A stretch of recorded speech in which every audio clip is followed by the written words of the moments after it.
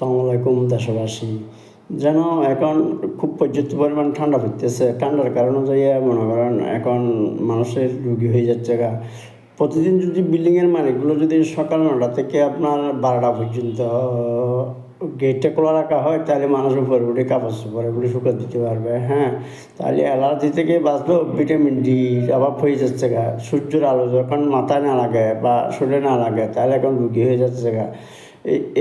আসলে যেন বিল্ডিংয়ের ছাদের এই গেটটা যেন খোলা রাখা হয় ৯টা থেকে দুপুর ১২টা পর্যন্ত, তাহলে কাপড় চোপড়ে শুকাতে দিলেও পারলো, মানুষে একটু রোদ খাইলো। রোদের কারণে যাই ভিটামিন ডির খুব পর্যাপ্ত পরিমাণে অভাব দেখা দিয়েছে সারা বাংলাদেশের মধ্যে।